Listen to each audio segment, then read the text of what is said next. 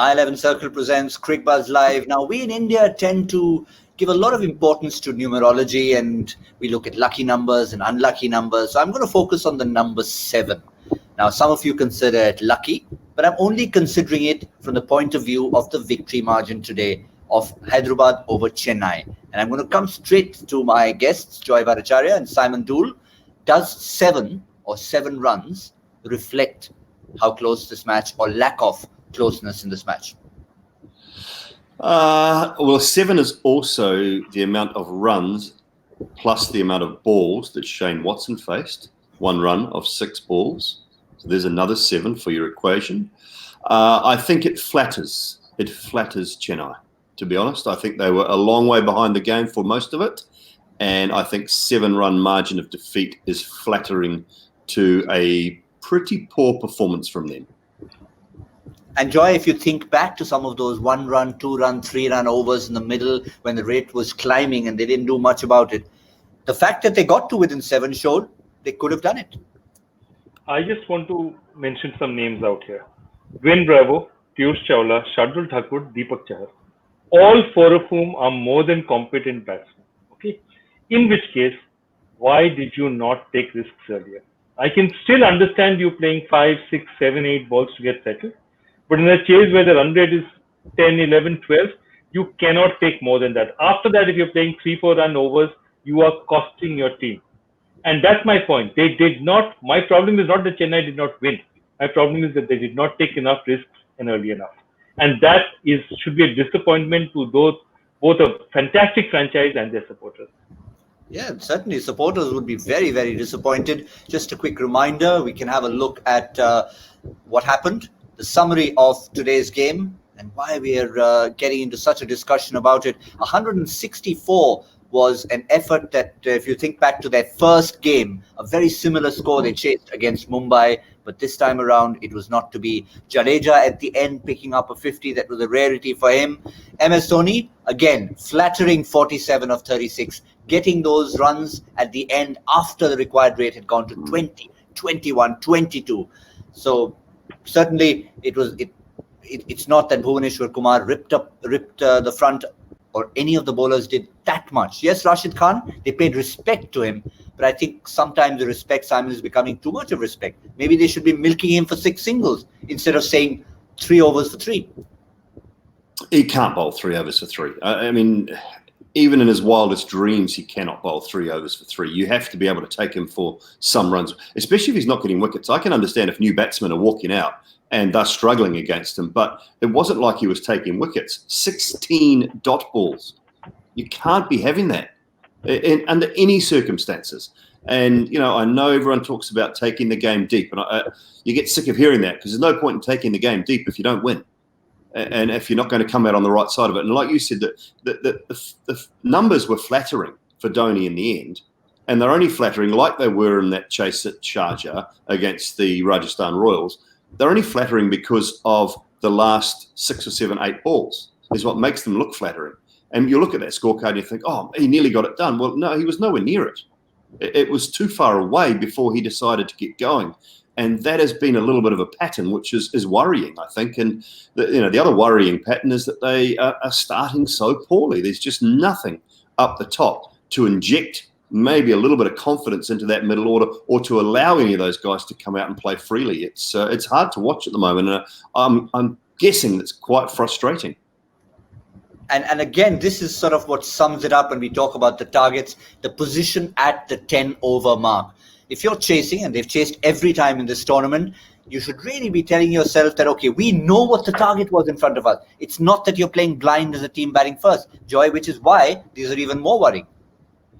Not just that, the last time CSK lost 3 matches in a row, it was 2014, and Yashasvi Jaiswal and the likes of Ravi Bishnoi were barely 12 years old learning to play cricket. That's how long back they've lost 3 matches in a row.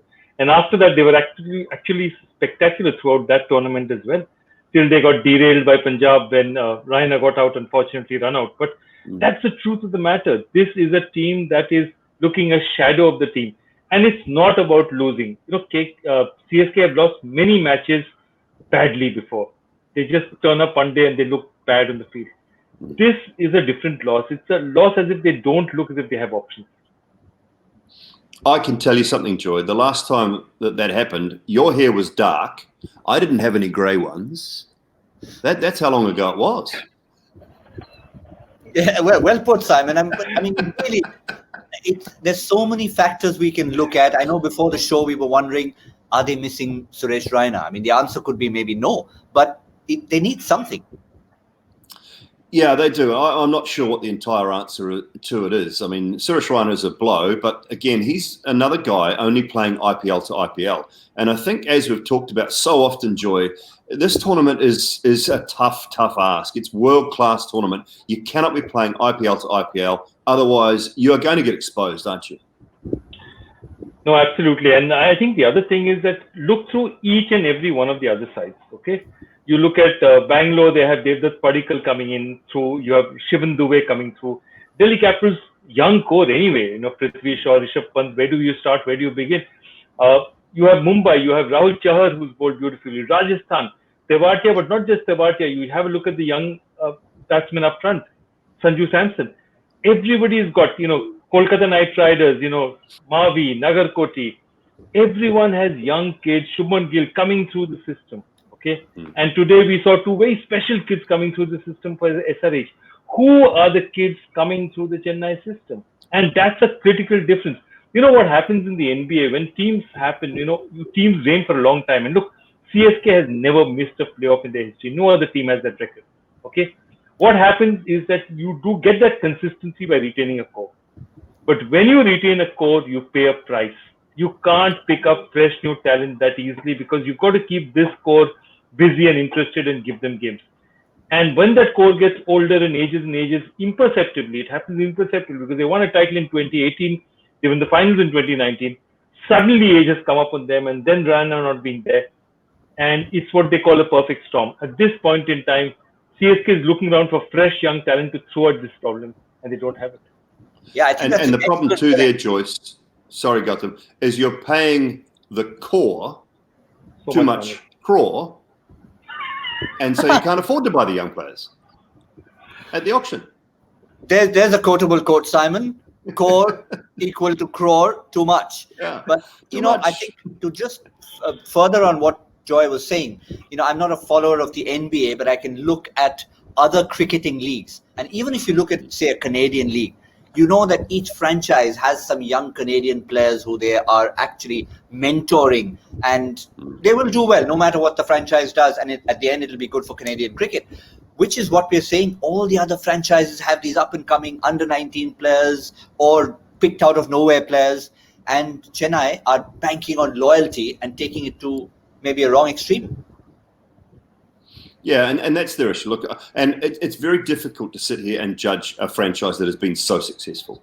What we're talking about now is it's sad. It's a little bit sad to watch and see that they're just sort of starting to be on the back end of what has been such an amazing run. They're at the back end of it. So what is their succession planning? What is their future planning? And that's probably the one thing that we're worried about that they haven't done, because you know, the IPL needs Chennai Super Kings and they need them to be strong because they've been such a great team to watch. So we're looking at it from an outsider's point of view, not as a fan, just as a fan of the IPL, not as a fan of Chennai, and saying, where's your succession planning? Where are these young kids that are coming through? The one and only one you've probably tried to bring through and has been successful in the last 4 or 5 years is Deepak Chahar.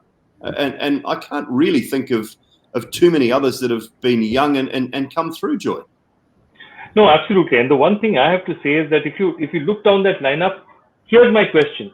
In 2021, after 21 season is over, let's forget what happened in 20, what happened in 21.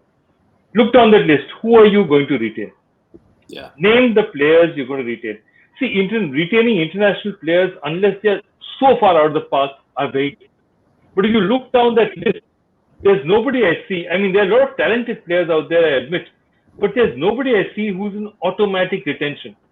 Do you retain Deepak Chahar? You do, but you look at yourself and you ask yourself, you know what? You get Indian fast bowlers who can bowl swing, and you know it's not a commodity that is definitely there. There's not a batsman you retain. If you retain Faf, he's 34 years old now, or he's 34, 35 years old.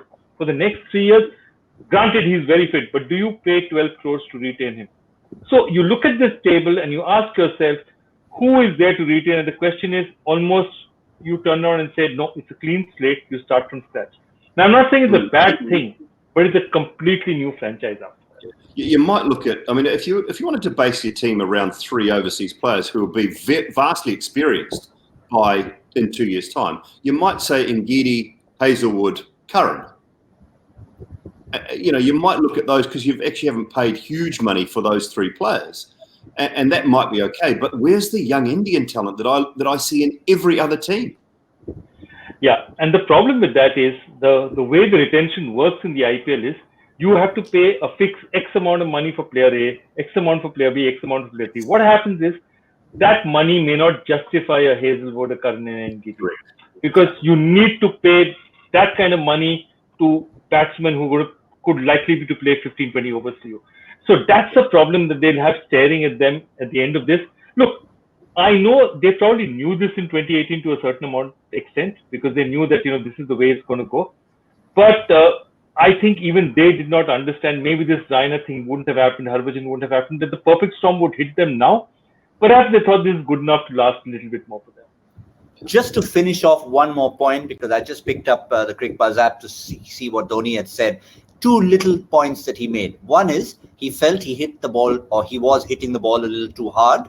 And 2, from a team perspective, he said, I think we were a little too relaxed at times. It's a good admission. Hopefully, if that's the kind of talk in the dressing room, they'll fix it before the next game. Why? Why are they relaxed? I mean, they got no right to be relaxed. I don't.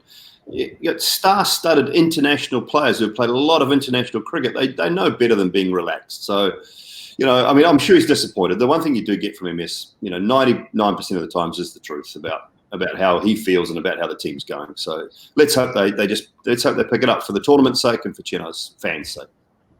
And I think the very fact that we've spoken about the lack of those up-and-coming stars in Chennai is the very story of Hyderabad. If we finish up on them, it was not a Warner special today. It was not a Johnny Bairstow special or a Kane Williamson special. Today's story for Hyderabad was about Abhishek Sharma, a Priyam Garg.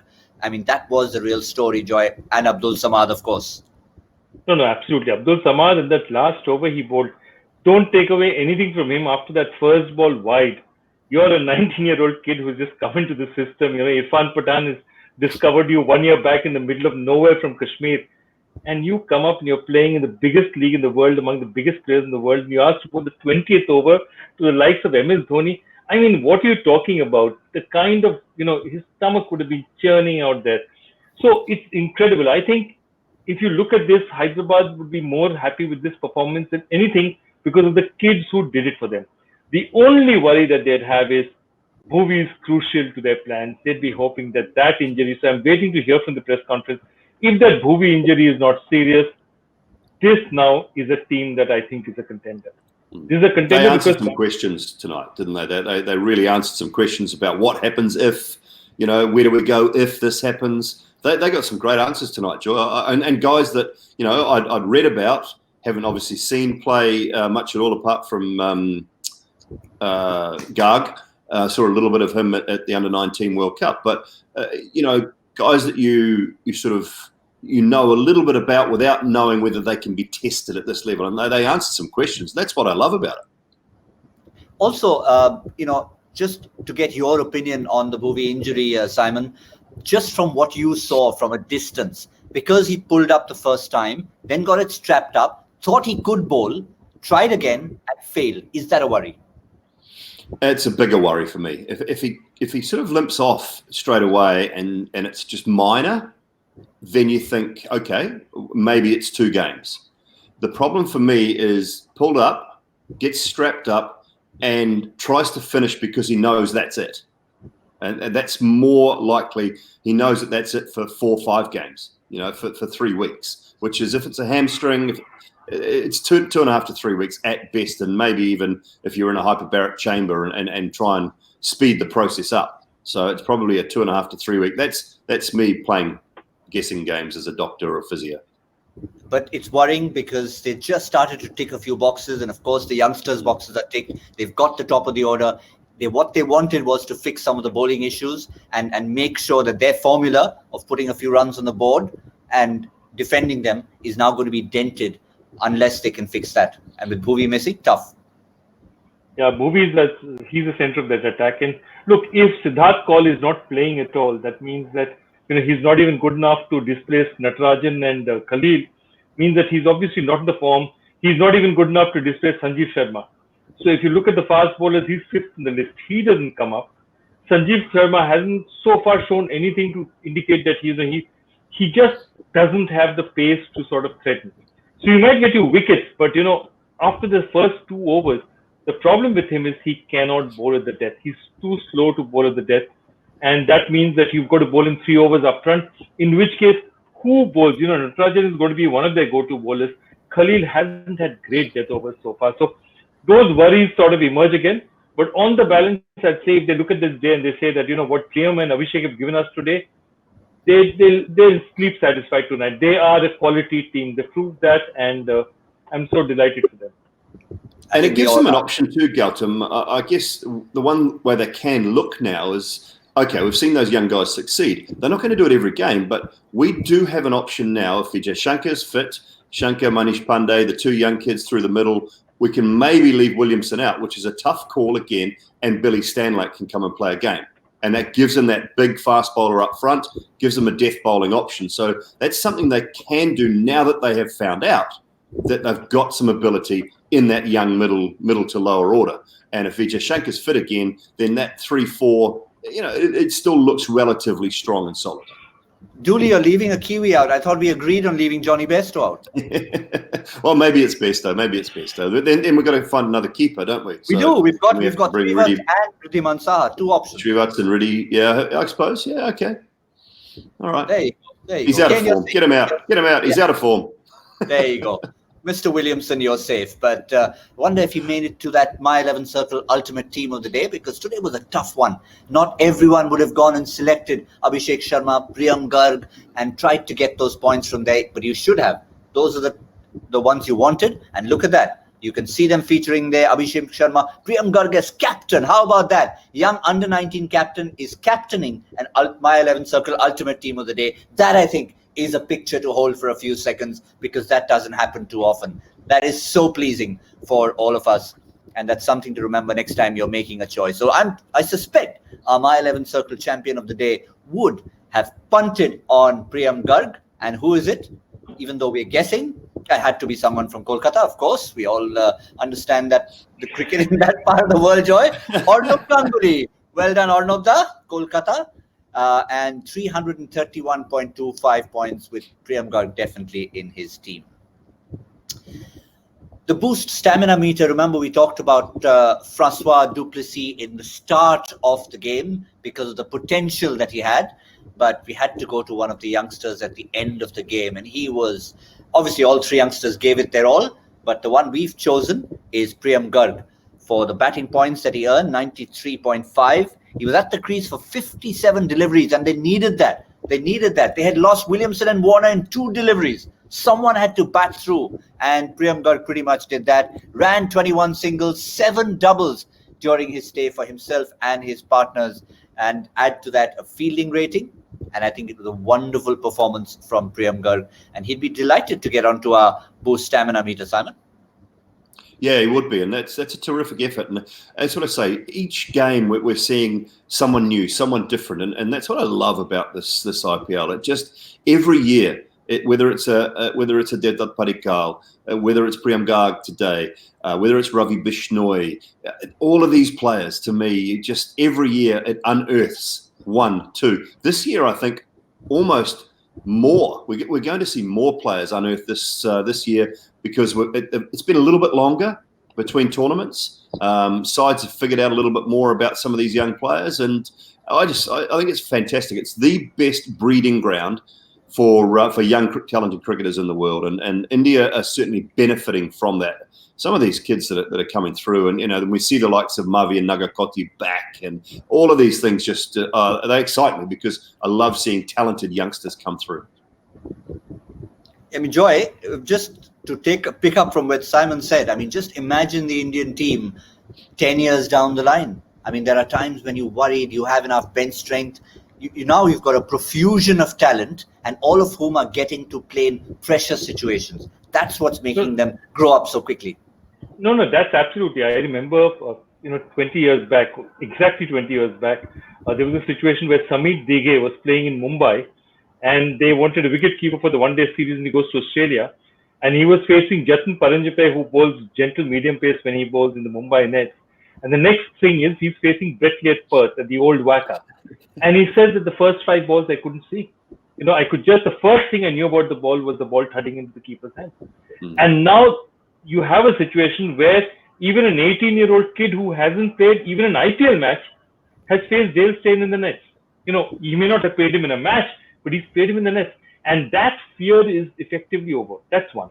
Secondly, what's happening is if a kid is not good enough or he's a bit of a renegade or, a particular selector doesn't like him, it doesn't matter. He goes to the nets, some IPL team has a look at him, some scout says this guy is good. Ravi Bishnoi was not even picked up by Rajasthan under 19. He goes to the Royals nets, does a good performance, gets noticed by Rahul Dravid, goes to the under 19 team. Now Rajasthan is supposed to pick him. Next thing he's back in the Royals. And that's what's happened. Free enterprise creates a situation where if one selector doesn't like your face, there are 7 other selectors or 20 other selectors in the country who will say, you know what, come to me. If you've got the stuff, come and do it for me. And that's fantastic for cricket because free markets are the best thing to encourage talent. And I think much summed up the story of today, the youngsters doing it for Hyderabad. But what it's also done is kept up the pattern of teams batting first and winning the game. Just look at that dominance. 11 games, and we've just updated that to include today's figures, and you can have a look at that. Innings 1, innings 2, and that I think is pretty much telling a story of what's been happening in this tournament so far and why teams batting first are winning. Yeah, 33 again. You look at that, up to 15, 33 wickets for the teams batting first, 60 wickets for the teams batting second. So it just tells you runs on the board, pressure on, and that's the key. When you've got wickets in hand, you can go at 12 and a half. When you don't, you can go at 10 and a half. And that's it's such a great illustration of why and how these teams that are batting first, they're putting good totals on the board. They're not batting first and getting 135, 140. Now, I wasn't sure that this was enough tonight with Hyderabad. It was a middling score. It wasn't a 185, 190 that was going to put enormous pressure on the side batting second. But what did happen was the bowlers were on song up front. They put pressure on, and then Chennai just found themselves under enormous stress throughout that innings and couldn't get the job done. So runs on the board. It doesn't matter what game you played, whether it be 50 over cricket. For years gone by, runs on the board has always been a better currency than having to chase. Well, that's been the story of the tournament so far, but we have something unique coming up on this first weekend in October. Yes, folks, it's called a doubleheader. We haven't seen that so far, and we are going to finally see it. And it all begins with a battle of the Royals.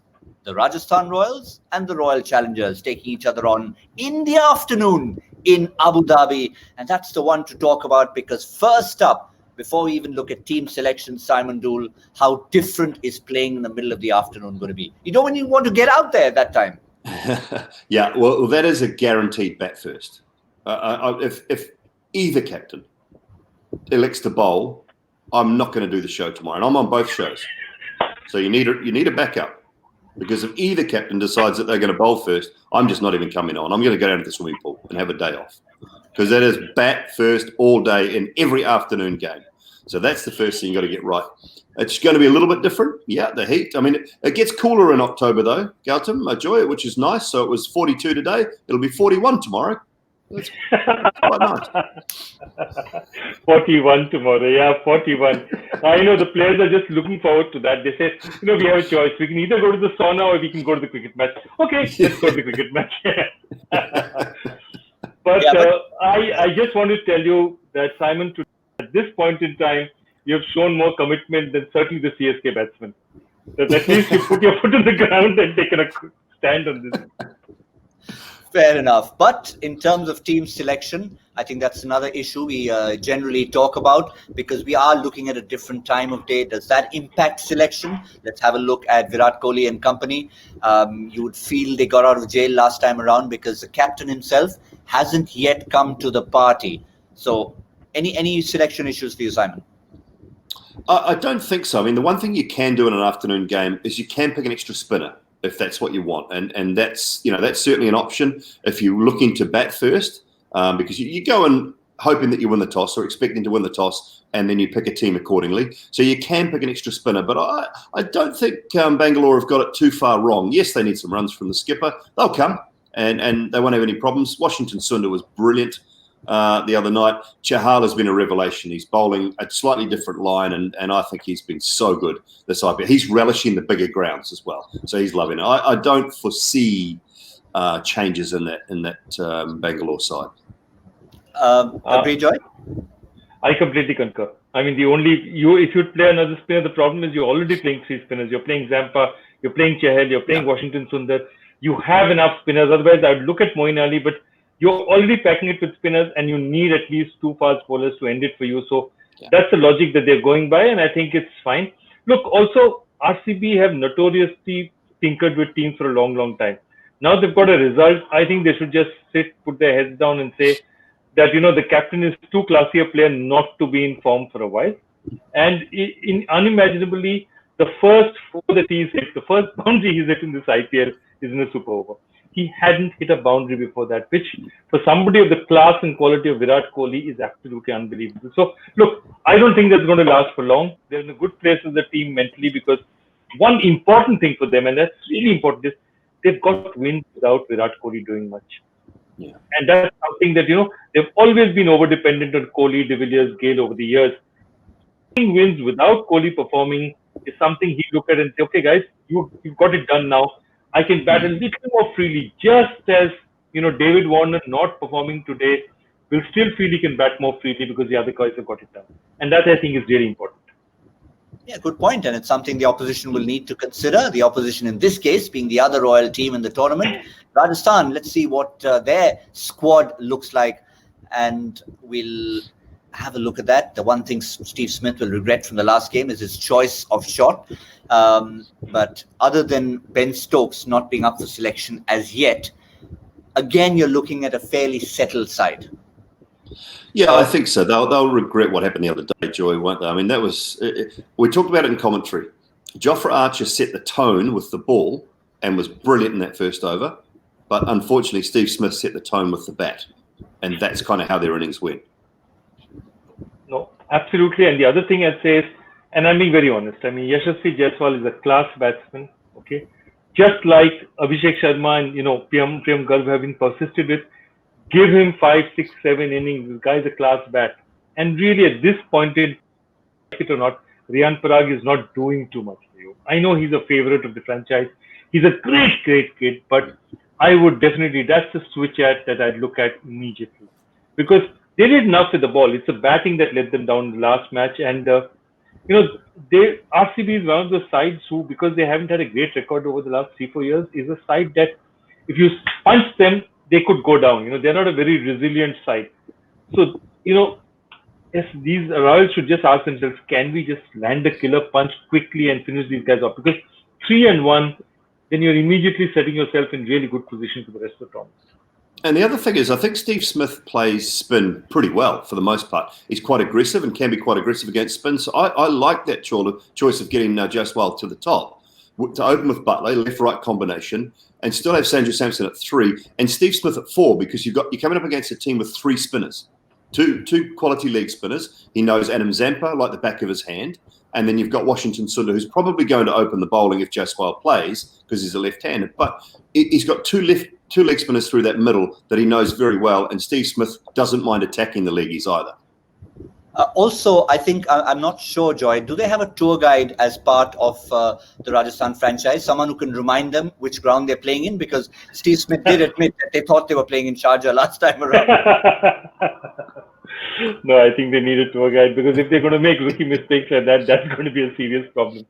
But, as a franchise, I think that if they're looking at 2-1 for a team that hasn't really got a lot of depth to start with and is missing their iconic all-rounder, they're doing pretty well. If they can think they can sneak another win in here, it'll be fantastic. Well, we'll continue our tour of cricket because it's going to be double trouble on this first weekend in October. And after that game, it's going to be Delhi versus Kolkata. And this time we are going to Sharjah. It's not Steve Smith, but it's going to be probably Russell Muscle in Sharjah. And I'm going to open right with that. We haven't seen the best of him. Could he be waiting for Sharjah to unleash? Joy's got to take Kolkata first up. Go on. No, I think Russell on Sharjah on a ground like this, Russell would say, this ground is a bit small because I'll hit the ball to Abu Dhabi. Morgan can hit on these. This is the ground for Moggs and Shubman to hit. But no, seriously, a lot of batting firepower out there. And I think, KKR batsmen will be looking at that ground and just relishing the opportunities. The interesting one will be how their bowlers adjust to it. Because honestly, I think both Mavi and Nagarkoti had a great match last time. But it was also, again, what we call the perfect storm of circumstances. They got an early wicket, they got a good catch, they were inspired, and things started happening on the field. And it's happened, that chemistry happens. Any of these guys, if they're under the pump for a while, how they'll respond to it. I think tomorrow it's really important how Pat Cummins sets the tone. The other interesting thing is, do you actually play Kuldeep Yadav on this ground? Given the fact that he's not as his most confident, this is a graveyard for bowlers like Kuldeep Yadav. Do turn around and say, okay, I'll play the extra batsman here because in case there's this thing. Because Kuldeep is not going to be much use to me on this ground. But what could happen is if he goes and gets stonked for about 25, 13, 2 overs, I will lose him for the rest of the tournament. So I would look seriously at saying, sit back and, there's Rinku Singh, there's, Nikhil Nayak, there's play an extra bat. It doesn't matter. Yeah, and Simon, they used 6 bowlers the other day, didn't they? They did. And the big man, Dre Russ, didn't bowl. So they had 7 options the other day if required. And I know from the Kolkata situation, they don't want to use Andre Russell every game if they don't have to. And they want to bowl him sparingly to get him through the tournament, which is understandable. But I take Joy's point, and I think that's a fair point on Kuldeep. Chakravarti was brilliant the other night. He's certainly he's learning as he goes, and I think he will be better for another run. So, yeah, I don't mind the fact that maybe if they look at another batsman, but they had, to me, with the young, those 2 young guys back in Mavi Nagarkoti, with Chakravarti bowling well, with Pat Cummins leading from the front, I just think that looks to me like and that's why I picked them as a finalist this year, they've got the best bowling attack. And I think, with Narayan, how many more chances at the top? Is Sharjah the ground for Narayan at the top of the order? Is it the ground that he gets a couple away and it gets his season or his opening batting back on track? So that's a couple of things to look at for me, what could happen in this contest. The Narayan factor will be very interesting, but it's also a great battle between these 2 franchises. Always been a bit of history. Let's talk about the Delhi Capitals. And they've certainly been a team who have been impressive in the tournament so far. But the question is, coming on the back of that last loss, how much will that be impacting either their team selection, different venue? How will they be approaching this particular game, Joy? So, I think this is one of those typical ones. This is a battle between 2 first benches. These are not the large guys. These are the good boys who are doing well in the tournament, and everyone thinks they're going to do better, likely semi-finalists, finalists. So these are up there. The thing about Delhi is I think Delhi is very uniquely matched up to play against Calcutta. Because one thing that they have up front, which Narayan does not like at all, is raw pace.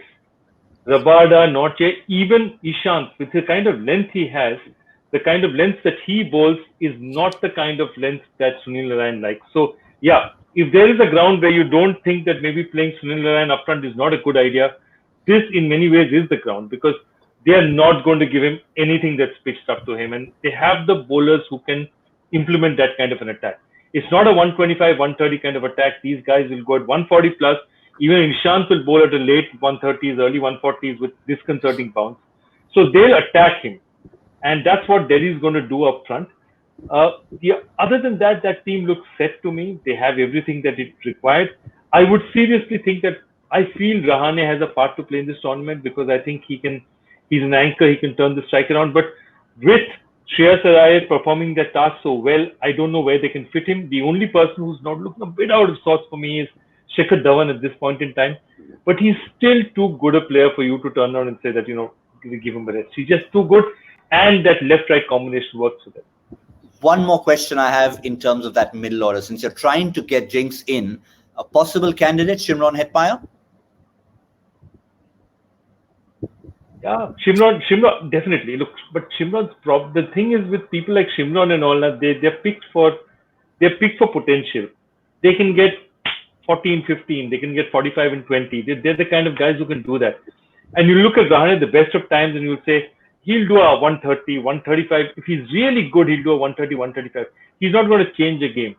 And that, unfortunately, in T20 cricket is a huge commodity. Players like Russ, players like Hetmyer, who can change a game in 12, 13 balls. So I think he only comes in at the top for me, Joy, doesn't he? He can only play at the top. If he's going to come into that side, he's got to open the batting, Jinx. So I don't see him as that 4-5 finishing role in any side anymore. He's got to have pace on the ball and be able to work it round. Otherwise, I can't. I'm like you. I love the bloke, but I just can't quite see a spot there for him just yet. Yeah, he was so impactful when he used to come for Rajasthan up the order, and so different when he's got a mindset of playing red ball cricket when he does slot in that middle order. So I think that's really his role. And if you can't get him at the top, he'll just have to sit and wait for a while. Well, that's Delhi versus Kolkata, part of the big doubleheader. Now, I was going to try and steal a bit of Joy's thunder today and say I've got a real tough one for all of you. The toughest question you'd have to answer. What was that Chennai run chase all about? Then I decided I'll leave that for today. Joy had a slightly easier question on Joy Factor, so you can have the thunder back, Joy, and give us the answer to your question. My question was far more easy, far less mysterious. Which Indian cricket list starts with Mohammad Nisar, ends with a current Punjab player in this event, and includes 2 players from the Delhi squad in this event? And the answer is these are the list of Indian cricketers who've taken a fifer on their test debut. So the guy, Mohammad Nisar, started it. Shami is the last guy to do it. And Ashwin and Amit Mishra have both done it as well. There aren't too many people on that list. So it's very interesting that the last 3 cricketers on the list are still playing, given that we don't play that many tests anymore.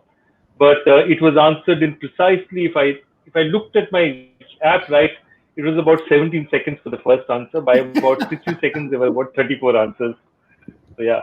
So who is that 17-seconder who's picked it up? We're just hoping. And it's not. Excellent. It's a giant. It's Giant Shankar. And I love that. Giant Shankar has become Giant Shankar. We normally ask people about where they get their handles from. This time around, we've got the answer. I think it's just a good play on words. So well done, Giant Shankar, on getting that really, really quickly. It was a good answer. And Joy, I think you promised to maybe up the ante a little bit for tomorrow, because we've got a big doubleheader coming up. So a real teaser that Joy promises you. Well, that's also lots more cricket conversations that we promise you, because it's the first doubleheader of this particular tournament, and we're going to bring you all the action, and we'll join you at 3 o'clock in the afternoon, Indian Standard Time, for the first of those 2 games. It's the Royal Battle. Thank you, Simon. Thank you, Joy. We'll see you later today. My 11 Circle presents Cricbuzz Live.